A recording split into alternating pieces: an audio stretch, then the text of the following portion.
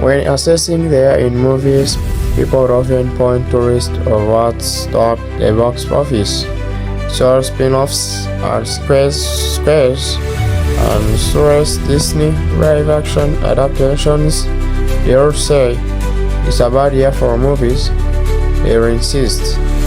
Your duty will be to remind them of the difference between a box office top 10 list and the best movies of the year list. Feel free to send them this one as an example.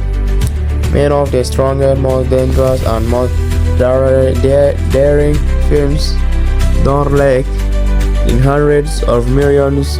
Some films do above their rated miracle. Sinners proved earlier this year that the audiences are still hungry for original stories.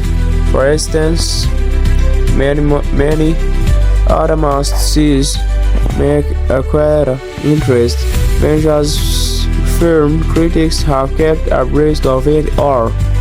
Here they guide you through the must-sees of the last few months. All movies are listed by US release date with the most recent movies up to top. Number 1 is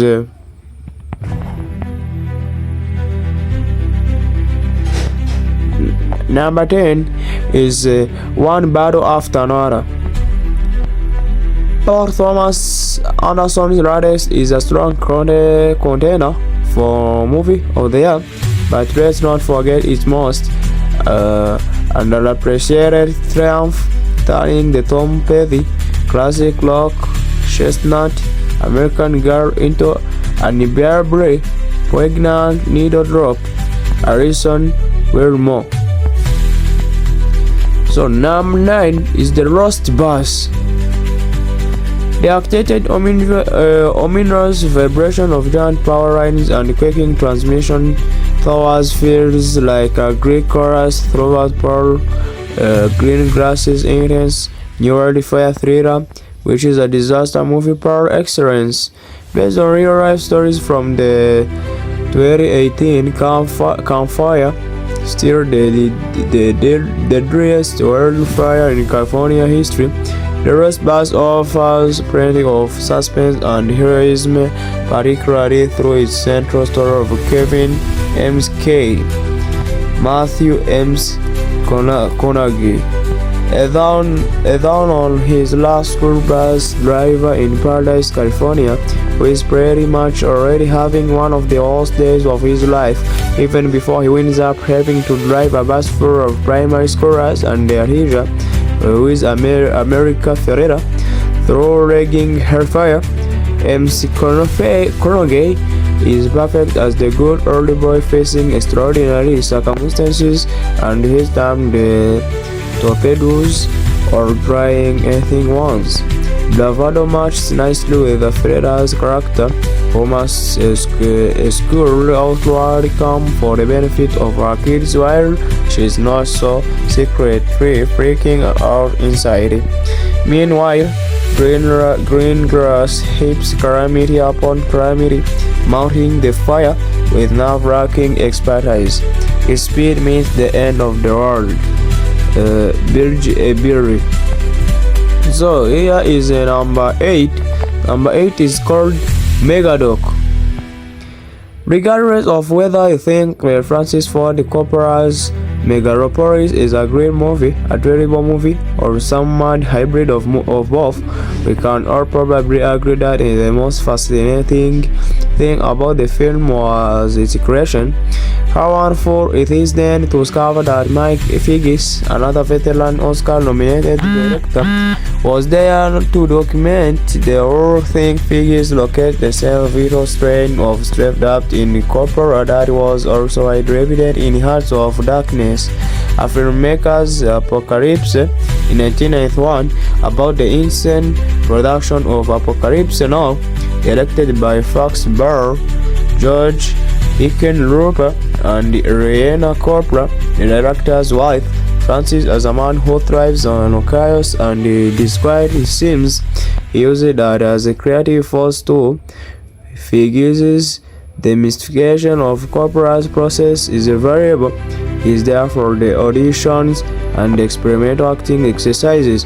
He's there for the contentious meetings with his crew, some of whom got fired along the way, and is also there for the director's many face-offs with the Shia LaBeouf, who emerged as one of the central figures of the documentary.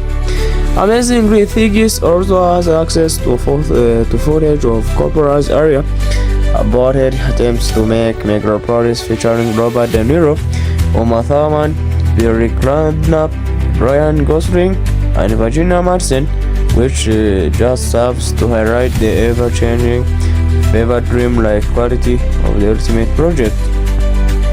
So, number 7 is The Long Walk. The movie which is called The Long Walk. Francis Lawrence's adaptation of this Irish Stephen King novel is like a real Lady Hunger Games complimentary, and not just because Lawrence has been the go-to director for the Susan Collins franchise since its second installment. Lawrence understands that what makes this dystopian saga, which revolves around the competition in which 50 young men essentially work themselves to death, comparing are not the brutal ends most of these characters meet, but the relationship that form between them as they embark on their stroll to nowhere. The friendship that forms between Leigh Garrity, Cooper Hoffman, and Pete Vries, David Johnson in the core of the film, but also proof that so many war and the pseudo war movies are just safe space for men to declare their love for one another and cry. So number 6 is the Sunfish and other stories on Green Lake. Ciela Falconer's debut feature presents us with 4 dedicated tales that together constitute a quietly moving daydream. A 14-year-old who has been left to stay with her grandparents by her just adopted mother discovers the joys of navigating the nearby waters with a small sailboat and finds a lost runlet, a shy